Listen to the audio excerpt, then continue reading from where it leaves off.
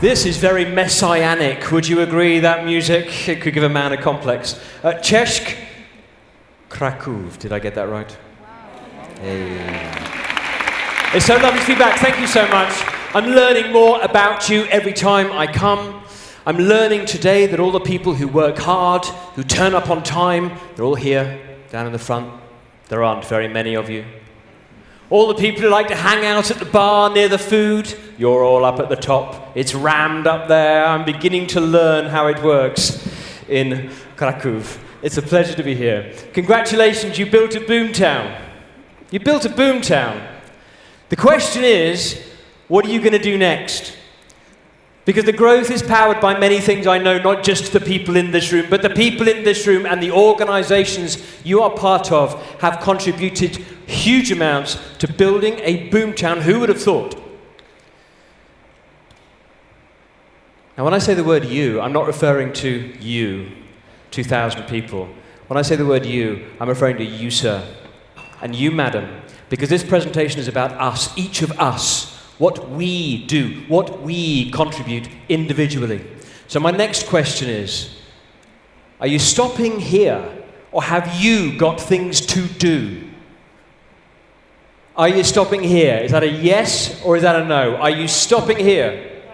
Thank you. So if we're going to do new things, we're going to face risk. If we individually are going to do new things, we're going to come into areas of uncertainty. Can I have a show of hands? How many people, when you were young, 13, 14 years of age, had a mother or a father or a carer who would wave you off to school in the morning and say, "Goodbye, dear. Have a wonderful day at school today. Be sure and take a risk at school today. Don't be afraid to get a few things wrong at school today. The teachers won't mind if you fail a little bit today. Make sure that teacher understands there's an alternative point of view. It's your point of view. Do not let them silence you." Anybody? Show of hands. Genuinely. San Francisco, we've got one coming up here. It's only halfway up. No, it's up. San Francisco, 75% of the room. We were raised to survive in the industrial age. We have to understand what that means for us. And we have to understand that we as humans have this incredible capacity to do new things, to go bravely where people have never gone before, to set goals, achieve goals, make a contribution, leave a legacy. But we also have what I'm going to call today a fear algorithm. It's an if-then algorithm. It's not intelligent. This is not machine learning. Please come in and join us at the back. Come in and join us. It needs an input from other parts of our brain to change the information in this fear algorithm. It's designed to keep us safe from uncertainty and risk. And it works at a processing speed so much faster than the part of our brain we know as us. Let's call that the frontal cortex. This is oversimplified. The algorithm lives over largely in this region, the parietal lobe. And it has a direct line to the limbic system. And when it sees a risk, it will fire that limbic system up, take over our hormones and our emotions, and we'll want to move back. So if we're going to do new things, we now, with the benefit of neuroscience, can begin to understand what that means to us in real terms. We don't have to look at change curves borrowed from the world of bereavement. We can do something far more exciting. So what I want to go through today is some very practical tools on how we do that. And tool number one is we're going to have what I'm calling metacognition. It's a big word. Cognition, how we think in order to take a decision, how the wheels turn. Metacognition, having thinking about our thinking. Cognition about cognition. Understanding when my emotions take over and my heartbeat goes, when I reach risk and I reach fear and I reach uncertainty. Why is that happening? Because this algorithm, which has kept us safe for millennia, it deserves our attention. But this algorithm does not require our obedience. And yet if we don't understand this, we will be obedient and we will back away from the new and the innovative and the disruptive and the transformational, which is what we've been here today, all day celebrating that you have delivered. But now it's to the next level. And you're asking, I wonder, in your mind, so who is this guy and what does he know? So I'll tell you a little story to begin to introduce myself. I've worked in the area of, I started as a corporate lawyer. Forgive me, I've repented. I moved into the world of change around 20 years ago. And some time back, at a large event, a sales conference, I was speaking about similar ideas. And the big man, he was big, and he was a man, the big man, he said to me, what have you ever done to prove that your amazing framework for bold, fast change works? I said, I've used this framework in Apple. It's been deployed in GSK. It's worked in Barclays Bank. What do you want? He said, I didn't ask for your CV. I asked what you have done to prove it works. And I said something that I now know you should never say to the big man at a sales conference. I said, what have you got in mind? Well, he smiled. He said, if you don't mind me saying, you're quite a short man. I deeply minded that. He said, if you don't mind me adding, you're also a little overweight. Now, that was true at the time, this was true, but I thought it was pretty harsh feedback in a group of 500 people. I thought this was a one-to-one conversation. I said, where's this going? He said, I bet you £1. This was in the days when 1 English pound sterling had value. £1. You cannot use your amazing principles to become a jockey riding in your first race live on the television under United Kingdom Jockey Club rules of horse racing. £1 says you cannot do that in 1 year. I took the bet. I went home. I was very excited. I thought I could have taken a hard bet. Marathons, triathlons, learned to play tennis against Federer. No, I've got an easy bet. I've got horse riding, which, as we all know, is a sitting down sport. I've got a sitting down sport. Which shows you how much I knew about horse riding, which was nothing. My school didn't have horses at it, so I went home, I Googled, I learned, and jockeys, I learned, usually start learning how to ride a horse somewhere between the age of 3 months and 6 months, which is really bad news when you're 36 years old. I Googled some more. I thought I'll check the weight. A jockey will start a race at a weight of between 7.5 and 9 stone. Do not translate. All you need to know, on a scale, I must be maximum 9. I am 12.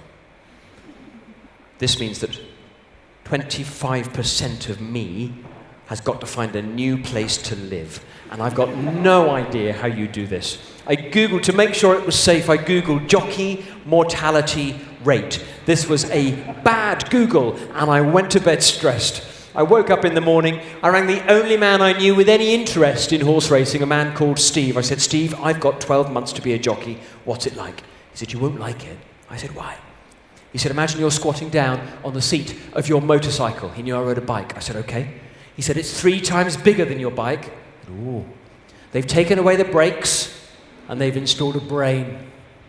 You hold on to the middle of the handlebars and then somebody else, not you, will turn the throttle up to 35 miles per hour, 40, 50 kilometers per hour, and you're going to go. And when you want to get faster, you get down, you push the handlebars, and when you want to really get fast, you take one hand off.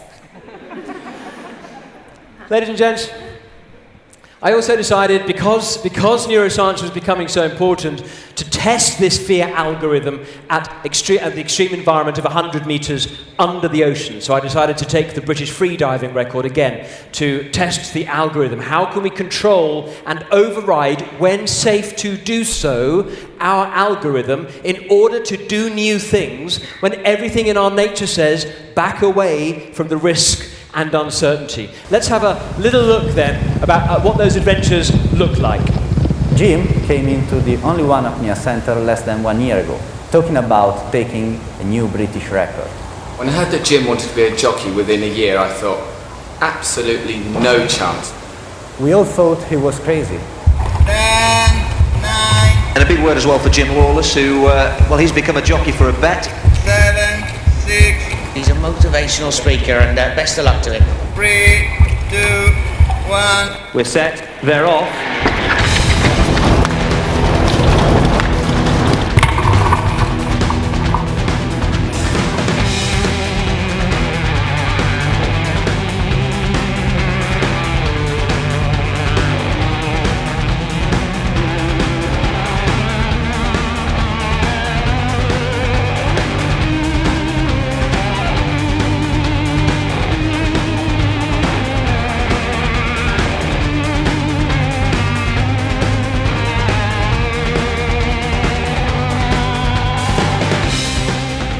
An early bid for glory here from Jim Lawless, having his first ride on Augusta. He's one of the leaders as well.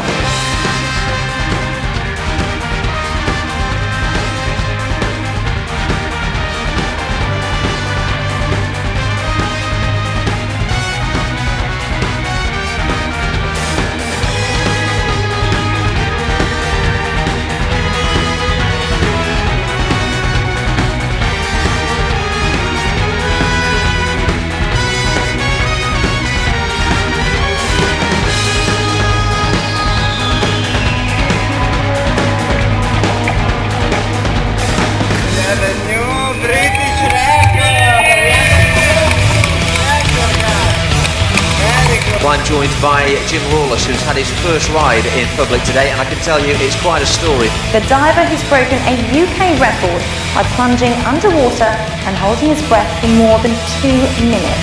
What an amazing story that is. That guy hadn't sat on a horse a year ago. Our 42-year-old Jim dived into the sea in Egypt and reached 101 meters. We all thought he was crazy, setting himself such an incredible goal. He's proved us all wrong. It's like he's got a secret weapon that makes anything possible.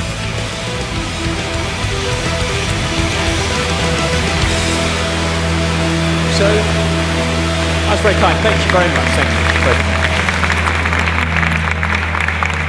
It's not a secret weapon, it's a set of usable tools. We've used them in businesses around the world, and I want to share them with you now, and I'm really excited to share them, especially at this point where you're celebrating Boomtown, and I hope asking the question, so what do we build now? How big does this get? How famous and what level of impact can we make? That I hope, on an individual level as well as collectively, these tools could be powerful. So, has anybody ever seen a movie? Anybody seen a film? I'm just checking the English to Polish translation. I know we've got many nationalities, but yeah, we've all seen a movie, right? Some people have Netflix and everything. We've all seen a movie. They're all pretty much the same, would you agree? We meet a person in the opening. While the music is still playing, we'll meet a person. This person will become our hero or our heroine. This person we are introduced to in their ordinary world. This may not be our ordinary world. It could be the world of the Terminator, or the world of Star Wars on the planet of Tatooine, or it could be downtown Warsaw. But we get introduced to the person. And then a thing happens to this person. And because the thing happened, whether it's a rom-com or whether it's science fiction, because the thing happened, this person has to face risk, has to face uncertainty, has to do things that they've never done before, has to make new friends, has to learn new skills, has to overcome... Right, you're not looking convinced. Okay, so there's a teenage girl. She lives in Kansas. She's got a little dog called Toto, right? She lives... You got it? She lives in Kansas. She doesn't like it in Kansas. We know she doesn't like it in Kansas because she sings us a song. She wants to go over the rainbow where there's bluebirds and troubles melt like lemon drops. Now, we could watch this girl that wants to grow up and become a woman and do her thing, we could watch for 4 years. She goes to college, meets a boyfriend, dumps a boyfriend. We could watch this, but it would be very dull. We don't have to. It happens in a couple of hours. Because a thing happens. A wind picks up her house and she goes over the rainbow, all right. Be careful what you wish for. When she wakes up, she's in the middle of the biggest musical theatre number the world had ever seen.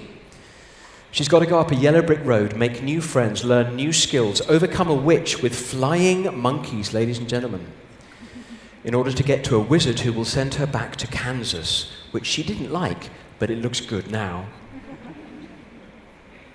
Change, if we're looking at change as a skill, which I think we should if we're talking about disruption and transformation, how does a human being change? If we're looking at change as a learnable, hard, 21st century skill, it starts with an event. Change starts with an event. The movie guys didn't make this up. They watched us and told our story in an exaggerated form. Movies start with an event because change starts with an event. We can either wait for the event or we create the event. So, ladies and gentlemen, my first huge question to you. You've been here, many of you, all day listening to fresh ideas. Those of you who've just joined will also be full already of fresh ideas, ambitions, goals, objectives, possibilities. Are you going to wait, or are you going to create? Because we hold the pen. We are writing the story. Who else could possibly be writing the story of our lives? I know it's a co-creation with many other wonderful people and some not so wonderful people. And we get good things come, we get bad things come. I appreciate that. But at the end of our day, the twilight, when we're 105 years old and we get to look back at 105 years of writing the story of our lives, how we loved, how we studied, how we worked, how we committed, how we stayed loyal and we built, how adventurous we were, the primary decision maker in that story, oh, it's going to be us, ladies and gentlemen, you and me. And we won't be as young and beautiful and full of energy and opportunity, sitting in a boomtown. We might be sitting in it, but we won't be able to contribute to the same extent at that stage. So the question to you today, what is the next chapter you're going to write? And are you going to wait, or are you going to create in order to build that chapter? But I promised you a framework that you could use, and now I've given you a metaphor that you're writing the story of your lives. So let's build into something a little bit more substantial. How do we write this story? We've had 3 decades of business schools making change complex, borrowing change curves from bereavement specialists and trying to sell us on the idea that if people are going to change, they will resist it. They will fear it. They will go through anger, depression, and denial. Forgive me, any HR community friends who are still using any of this language. If we want to change, we want to change our result. In order to do that, we change our actions. And that's one of the most wonderful and exciting things a human being does. If somebody tells our top sports people, you're going to go for a new result, so we're going to change how we train to get there, they do not hit anger, depression, and denial about this. They're excited. So how do we change? Let's keep this simple all the way through our decisions, actions, and results. Change the result, change the action. Change the action, change the decision. It's really simple. You did it this morning. You decided this morning to put on the clothes that we can see on your bodies. Action. You put these clothes onto your bodies. And result, watching you as you were coming in today, I would say for 95% of the room, a good decision this morning.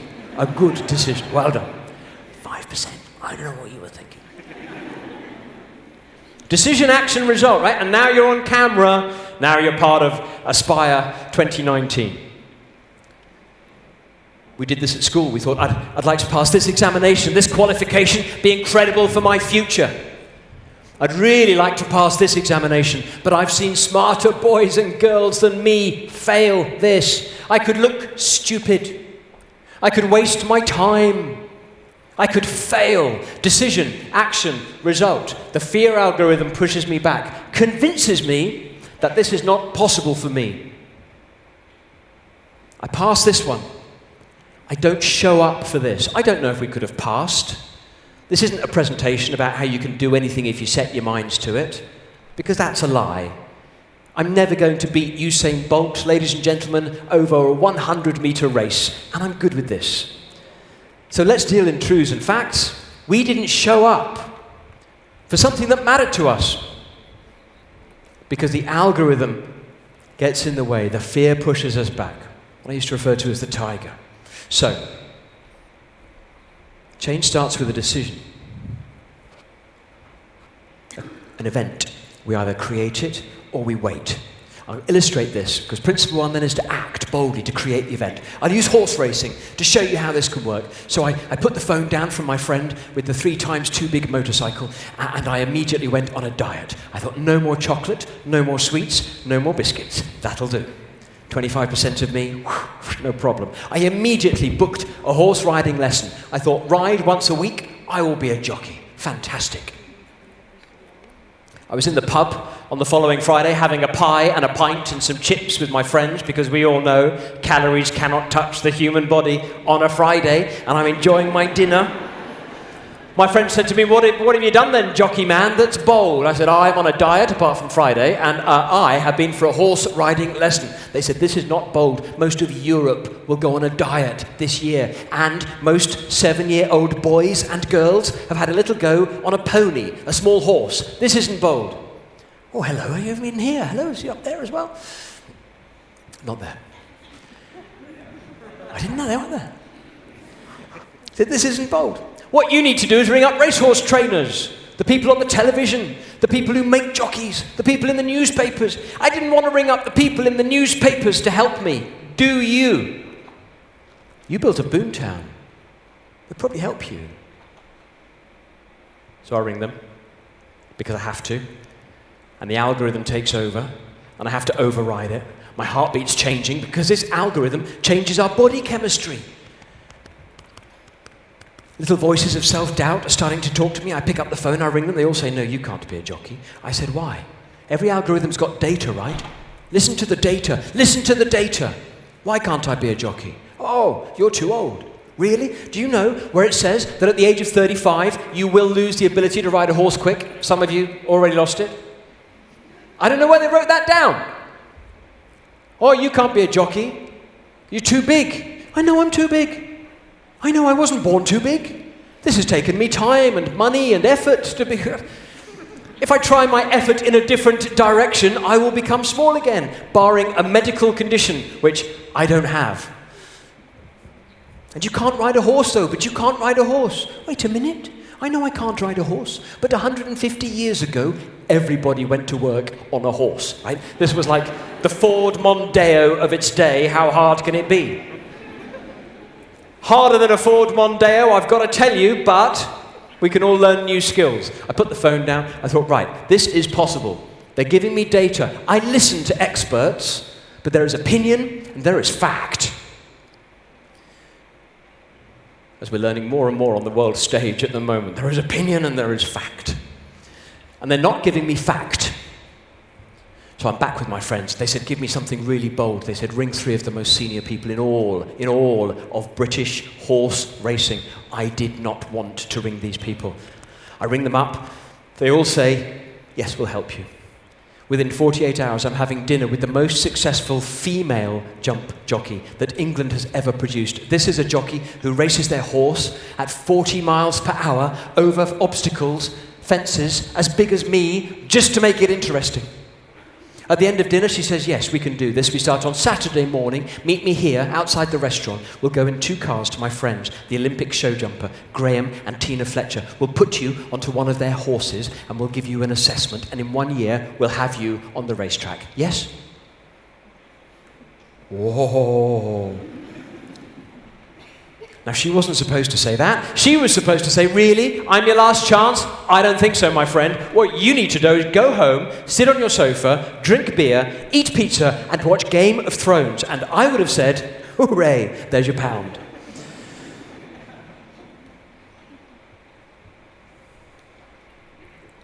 If I touch her hand, I'm in Oz. It's that simple. It's that simple to create the event. Everything changed when I touched her hand. My life expectancy changed when I touched her hand. The friends I have, how I enjoy my life, what I feel I'm able to do in the world, my earning capacity, that Random House will publish my book, changed when I touched that hand. Whose hand do you need to touch? What event do you need to create to take Boomtown to another level? To take what you've built for yourselves and your families and your careers to another level? To take your teams and organizations to another level? What is the event? And are you going to wait? I don't think so. Or are you going to create it?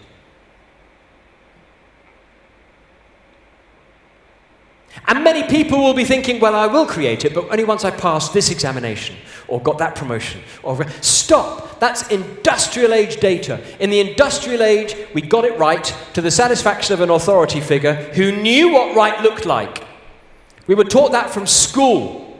Don't make mistakes. Get it right first time. Be perfect. I've got 2 daughters. One of them is 5 years old. Ooh, lovely. One of them is 22 years old. Oh, tricky. Don't ask. It's a very long story. My 22-year-old's been prepared brilliantly for the industrial age by the education system. My 5-year-old is now being prepared brilliantly for the industrial age education, for the industrial age workplace. Get it right, first time, to the satisfaction of an authority figure, but on a tablet. Don't wait till you're ready to show up, because you'll never be ready. There's never a good time. What event do you need to create?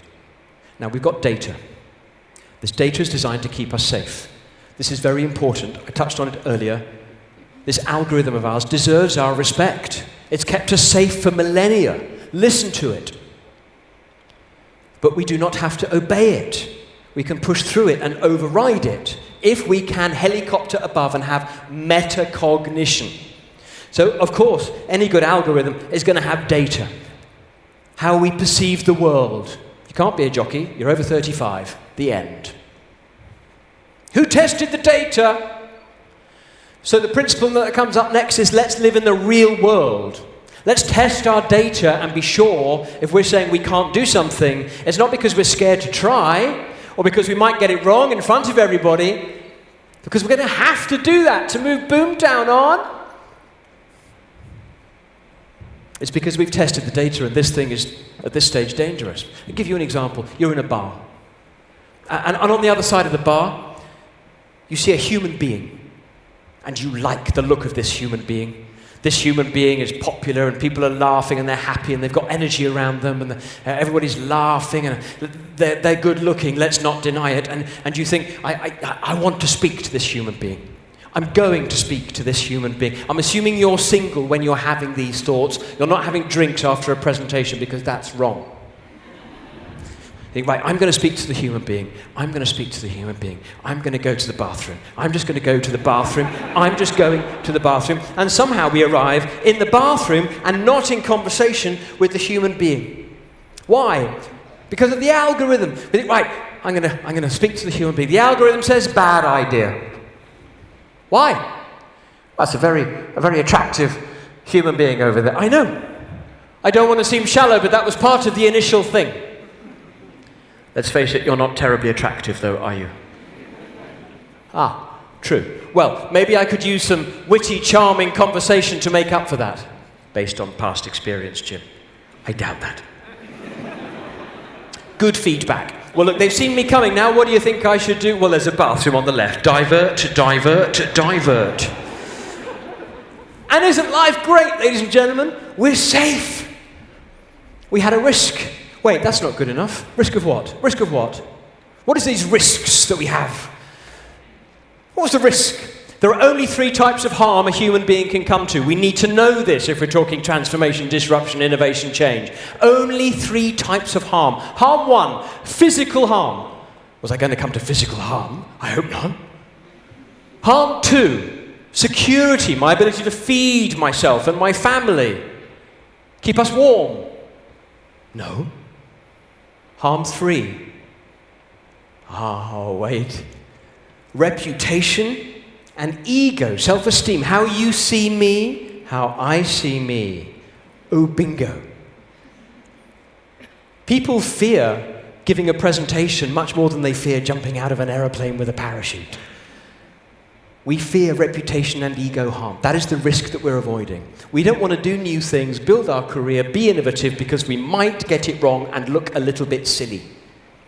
So we have to be aware of the data working in the algorithm, ladies and gentlemen. Let's look at this very, very briefly in a thought process diagram.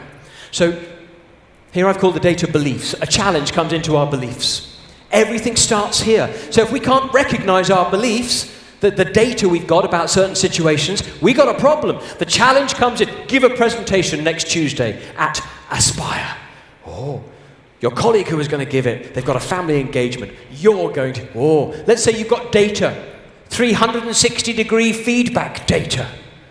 That says you're a bad presenter. So immediately you do what human beings do. We predict the future. We scan the horizon for trouble. So you predict the future. You see danger, rightly. Now the adrenaline starts to flow, the emotion begins to change, the heartbeat begins to quicken. All you've done is open an email, ladies and gentlemen. Just opened an email. We've changed our body chemistries by predicting the future and preparing for danger according to a fear algorithm, so we can change the data. We can go learn new skills, learn how to present. We can take a day off work, make sure we can get this right, work with a coach, and show up and give a presentation. Now we've changed, now we're moving. If you like the work coming out of Stanford, Carol Dweck, on the right you've got a growth mindset. The label she gave it. It's not a fresh concept. And on the left, a fixed mindset. But it all starts with the data. Can you see how powerful that is? And if we don't have that self-awareness, we will pull back from possibility. So I had data that I couldn't take the British freedive record. And we're going to talk about that in just a moment. But first of all, I want to return to this, because processing speeds. How fast do these different elements in your brain work?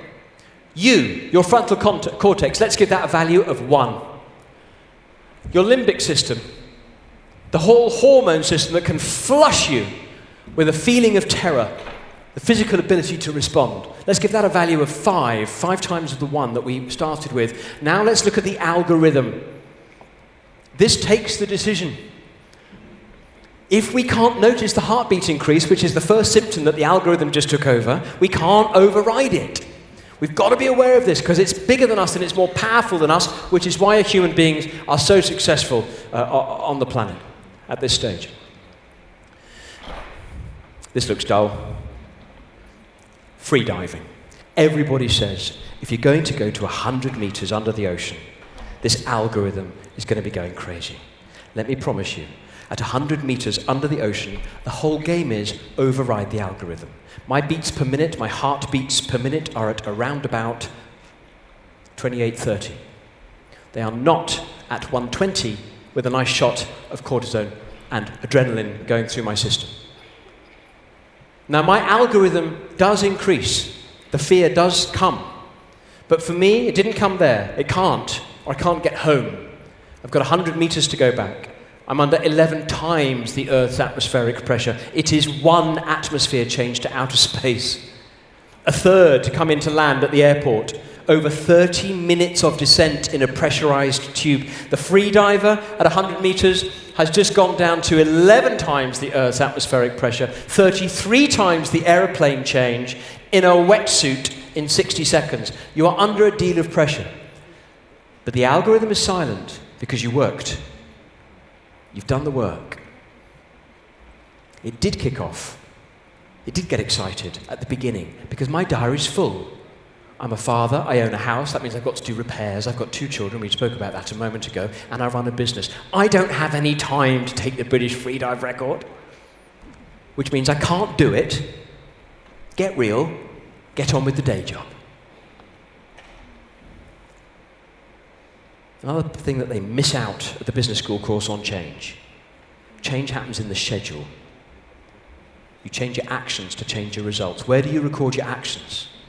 It's really unsexy, but it's incredibly important. Change happens in the schedule. And here's the problem. The schedule's full. So you've got to take stuff out to move Boomtown from here to 2020 to 2021. You've got to take stuff out. To use the cliche, what got us here won't get us there. We've got to identify it and remove it because nobody in the room has space to put new stuff in. And when you take stuff out, you go into conflict with the wife or the husband or the children or the boss or the co-worker, and we avoid conflict because of the fear algorithm. So now the heartbeat increases.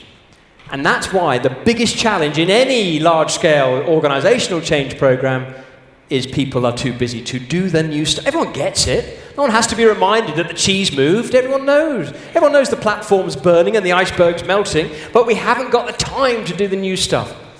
That's the skill, the diary management. What do you have to take out of your diary to put the new stuff in? How many people hear voices in their heads? Anybody hear voices in their heads? Quick show of hands. Anybody? You are an honest bunch. For those of you whose hands are down, the voice I'm interested in is the voice you just had a little conversation with and you were saying, no, I don't hear voices in my head. I'm okay. Maybe, no, it's a trick. Right? That's the voice. And when we leave the comfort zone to do risky, uncertain, innovative, transformative things, the voice is alive. So if we can't manage this, we can't move into those areas. Let me illustrate this. So if you want to be a jockey, one day, the day will come when you have to leave the changing room at the racecourse, you have to go out and you have to get on a horse and race. I didn't want to leave the changing room. It was warm and private inside the changing room, but outside the changing room, there was a man with a big voice who's going to speak about everything that I did, and there were TV cameras beaming these images to Hong Kong and to Dubai and to Kraków if you wanted to watch it, and then there's me. I'm dressed head to toe, ladies and gentlemen, in silk. I don't know if you've ever worn silk in the winter, in the middle of England. I've got no underpants on because jockeys don't wear underpants. That's not me, that's everybody. They're too heavy. And if you have a choice between candy and Calvin Klein's, candy on the jockey diet. So, I'm in this environment, I've got to walk out of the door. The voice in my head says, you have no right to walk out of this door. And I'm listening.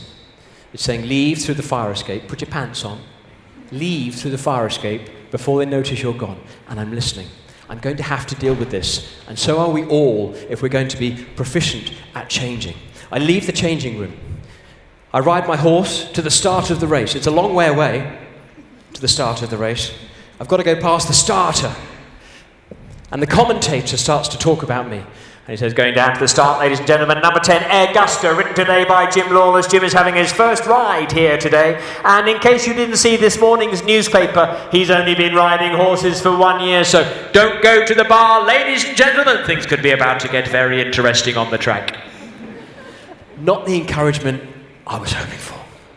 When you get to the start, they lock you up. You ever thought about this? They lock you up in a coffin-shaped steel cage with half a ton of excited muscle that wants to run. This is the most dangerous part of the horse race, not the fast part, the being locked up in a cage with a not even semi-domesticated animal is the difficult bit. Not for the horse is going to be fine, but the jockey, different. So then you're in this position, and then because it's quite dangerous, I didn't anticipate people sitting there. I apologise for the view that I'm giving you here at this moment in time. Could have angled it better, but we are where we are. We're going to go with it. So I'm in this cage, and because it is dangerous, genuinely dangerous, they don't take their time. You are not going to hear the starter say, "Are you ready? Are you steady?" No. All you're going to hear is, "Jockey!" And you're going to go. Now, the trainer of the horse will tell you how to ride that horse in that race. My guy said, get to the front on this horse as fast as you can and stay there till the finish. So he's keeping it easy for the new guy. Okay. So I get out, I get into the front, so far so good. I'm coming into the home straight and everything begins to change. I didn't know this because I've never been here before. I'm out of my comfort zone. Did you know at the beginning of a horse race all you can hear are hooves and wind? But as you get towards the end, suddenly you begin to hear the noise of the commentator, which you can't hear at the beginning. You begin to hear a weird sound, then you realise that's the roar of the crowd and you've ridden into this wave of sound. And the next thing you know, I'm seeing the finish, I'm still in the lead, I'm thinking I could win this race.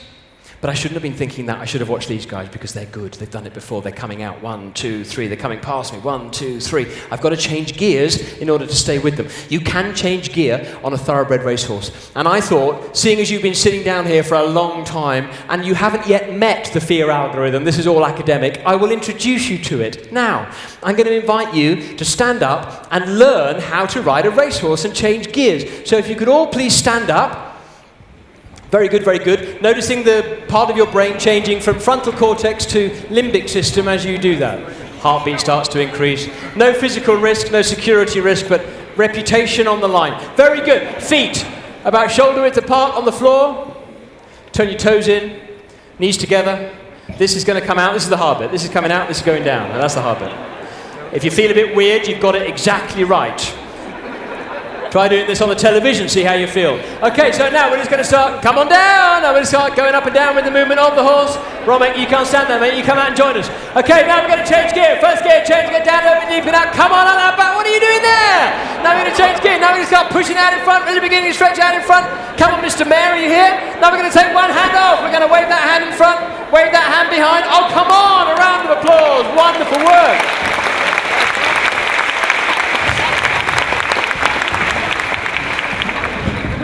Thank you for playing. The view from the front of the room was amazing. I can't resist asking anyone with a show of hands, how was the view at the back? Good. Whether I've earned the right to walk out of that door, ladies and gentlemen, whether I've earned the right to walk out of that door is not a voice in my head. It's not voices in my head. It's not a feeling. It's not how I feel about this. It's a position on a flow chart. For the last year, 6 days a week, I got out of bed at 5 o'clock. I was on horseback at 6 o'clock. I rode for 3 hours till 9 o'clock. And then I went to work. I came home. I did a 5-kilometer run. I lost 25% of my body weight. I had a special diet. You'd love the diet. You give up all bread, all dairy, all potatoes, pasta and rice. You can have you can give up all alcohol, cakes, chocolate, sugar, anything you can buy at the airport, whoosh, gone. You can have a banana for breakfast, a small baked potato with some lemon for flavour. And then you can have for your lunch. And then for your evening meal, a little bit of protein and some steamed vegetables. No dessert, 5K run. I've been to the British Racing School at Newmarket, and they've given me an assessment, and they've passed me fit to ride on the racecourse. Ladies and gentlemen, I've even got a badge. I've earned the right. The question is the reward worth the risk?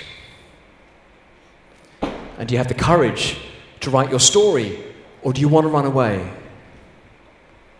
And mainly because I had G, my coach, England's most successful female jump jockey, sitting outside, I found the courage to walk out of the door and go talk to her and get on the horse. I had earned the right. Ladies and gentlemen, a very important question. What have you earned the right to go and do next? And whose permission are you waiting for to tell you you've earned it? Because no one's going to give it. What have you earned the right? You who built Boomtown, you who created this that didn't exist. What have you earned the right to go do next? To announce to the world, to create here in Kraków? I want to bring us to a close by looking at... Oh, you're very welcome to link in, it'll be a pleasure. And any questions, I won't be taking questions on the stage, but delighted to take any questions through LinkedIn, Twitter, Instagram, etc. But let's close with Commit to Complete. And I'm going to do this by using the film of my free dive. And if I could ask the sound team to take this down to 10% of the current volume, that would be great. If that could drop 10% of that volume, that'd be great. Thank you. I have to start this dive with a decision. I'm going way outside the comfort zone into a hostile environment. It's not painful. At 100 meters, I'm not in pain. I'm in the middle of the biggest mindfulness experiment I've ever conducted, in a deep meditation, receiving a hug from this planet that is the greatest hug it can give to any of its inhabitants.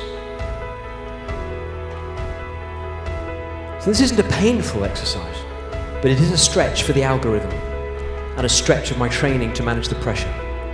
I have to start this dive knowing that I'm going to 101 meters if there's no emergency. If there's an emergency, we come home very quick. This is not macho, it's a meditation. But if there is no problem, I have to know I'm going to 100. I cannot start this adventure thinking to myself, I'm going to go to 80 meters. And when I get to 80 meters, I'm going to stop, have a little think, see how I feel, and whether today's the day for me. Because guess what? That far outside the comfort zone, it may not be the day for any of us at 80% of the journey. For me, I'm under 9 times the Earth's atmospheric pressure at 80%. That means my lungs have been compressed down to the size of my fists, perfectly healthy if you've trained. That means my diaphragm has been pulled up like the Duomo in Florence. And that means my stomach's been pulled in. And that means that at 180 to 100 meters under the ocean, you look fabulous. But as you see, there's nobody there. I don't have a safety diver there to help me if I don't like it, because it will take the safety diver 3 hours, and she's going to need 5 tanks of mixed gas, plus 5 tanks for me to come home. So I'm on my own, out of the comfort zone, doing something new with risk and uncertainty. I have to know that I'm seeing that through at the outset, and then I can plan for the difficult days that will come, because for sure, when any of us do new things, the difficult days will come. Can we build the friendship? Can we build the colleagues? Can we build the purpose? Can we be sure people are standing beside us and they understand what we're doing and why we're doing it, and that they're coming with us? Can we put the tools in place to make sure we can make it through? Out of the comfort zone, through what I'm going to call the confusion zone, in order to build for the future. Ladies and gentlemen, you hold the pen. And you're writing the story. So I'll leave you with this question. What is the chapter that you, having built Boomtown, are going to write next? Thank you so much. It's been great to see you. Have a great evening. Goodbye.